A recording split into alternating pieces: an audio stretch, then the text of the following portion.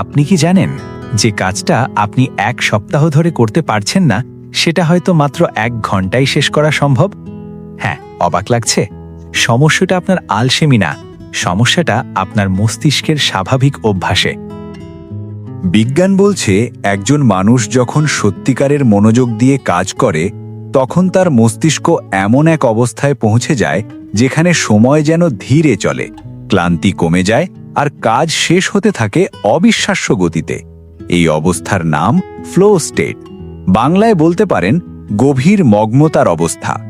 আজকের MD box BD এর এই ভিডিওতে আমি আপনাকে সেই জায়গায় নিয়ে যাব। বিশ্বাস করুন, যদি শেষ পর্যন্ত দেখেন, দেখবেন জীবন আর আগের মতো থাকবে না। সমস্যাটা ঠিক কোথায়? একটা প্রশ্ন করি, সকালে উঠে কি কখনো মনে হয়েছে আজ সব কাজ শেষ করে ফেলব? কিন্তু রাতে বালিশে মাথা রাখতে রাখতে হঠাৎ মনে হলো সারা দিন গেল, কিন্তু কাজটা শুরুই করা হলো না। মোবাইল একটু দেখি, 1 ঘন্টা শেষ। একটা ইউটিউব ভিডিও, তারপর আর একটা, দেখতে দেখতে 2 ঘন্টা উধাও। এটা কি শুধু আপনার সমস্যা? না, একদম না। বিজ্ঞানীরা বলছেন মানুষের মস্তিষ্ক প্রতিদিন প্রায় 60 থেকে 70 হাজার চিন্তা তৈরি করে। ভাবুন, 70 হাজার চিন্তা একদিনে। এর বেশিরভাগই অপ্রয়োজনীয়, নেগেটিভ অথবা মনোযোগ নষ্ট করার মতো।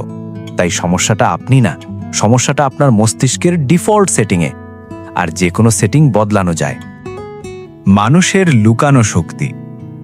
1905 সাল এক তরুণ পেটেন্ট অফিসার বছরের পর বছর ধরে একটা সমস্যার সমাধান খুঁজছেন। বারবার চেষ্টা করছেন, বারবার ব্যর্থ হচ্ছেন।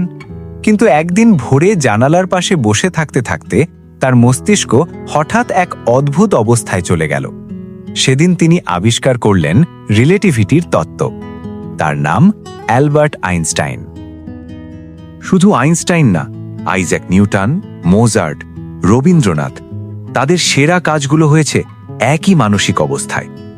সেই অবস্থার নাম ফ্লো স্টেট, অর্থাৎ বাংলায় বলতে পারেন মগ্নতার ঘোর।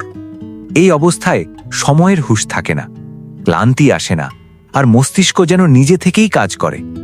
এটাই গভীর মনোযোগ, এটাই আপনার লুকানো সুপার পাওয়ার।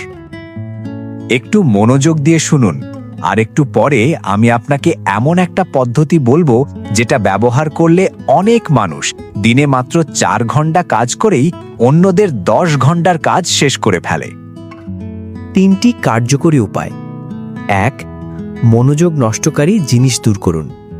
মনোযোগ নষ্ট করে শুধু মোবাইল না, মনোযোগ নষ্ট করে অগোছালো টেবিল, চারপাশের শব্দ, এমনকি মাথার ভেতরের অগোছালো চিন্তাও।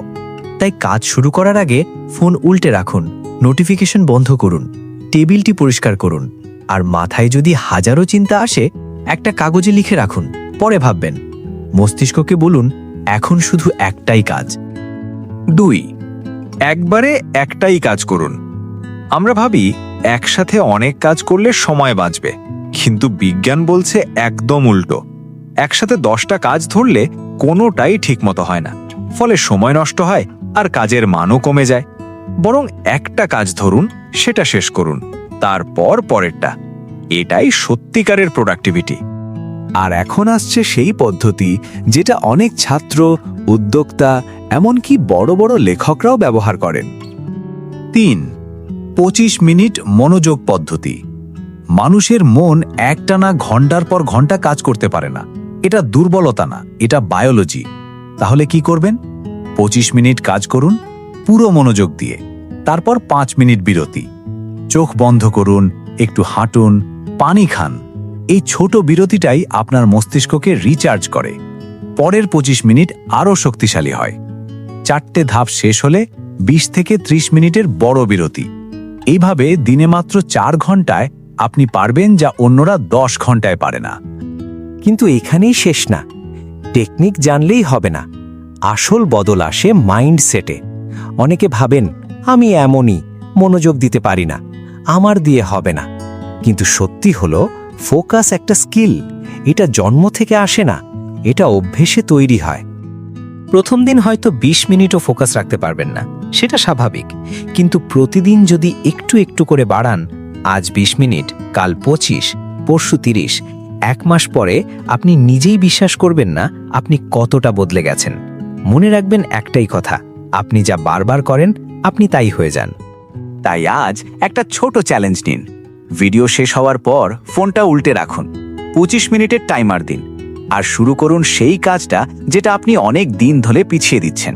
দেখবেন একটা মাত্র 25 মিনিট আপনার পুরো দিনের গতিপথ বদলে দিতে পারে। আর যখন একবার সেই ফোকাসের নেশায় পড়বেন, আপনাকে থামানোর সাধ্য আর কারো নেই। জীবনটা আপনার, সময়টা আপনার, ফোকাসটাও আপনার।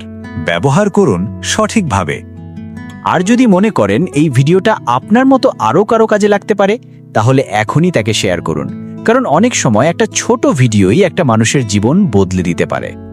এমডি বক্স বিডির সাথে থাকুন, আবার দেখা হবে নতুন কোনো ভিডিওতে।